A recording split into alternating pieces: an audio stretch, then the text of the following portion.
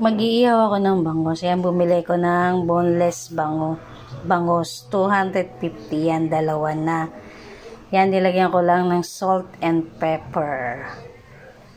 Hindi masyado malaki ang binibili kong bangos para madaling maluto yung loob. Mga ganyan lang kalaki. Ito lang ang nilalagay ko sa loob. Sibuyas at kamatis, bawang at magic sarap. Hihiwain lang yan ng maliit. Ito yung paminta nga pala. Yan, nahiwa ko na ng maliliit. Pinaloyin na natin.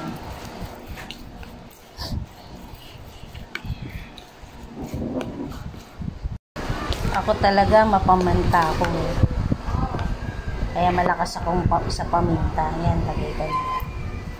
Kailangan sa ulo.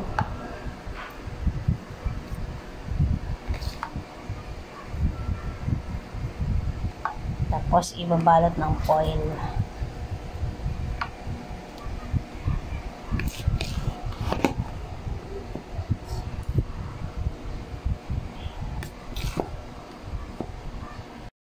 Ayan, tapos ibabalot natin ng foil.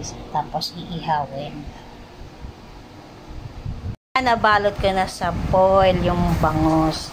Tapos ito, kalating kilong liempo, minarinig ko sa toyo, kalamansi, ketchup, paminta, sibuyas, bawang, saka asukal. Siguro mga 2 araw na yan. Tapos ito, tilapia, salt and pepper lang. 1 kilo yan, 3. Iihawin din. Ayan, nag-iihaw na ako ng liempo at bangos. Sabi gagawin ko?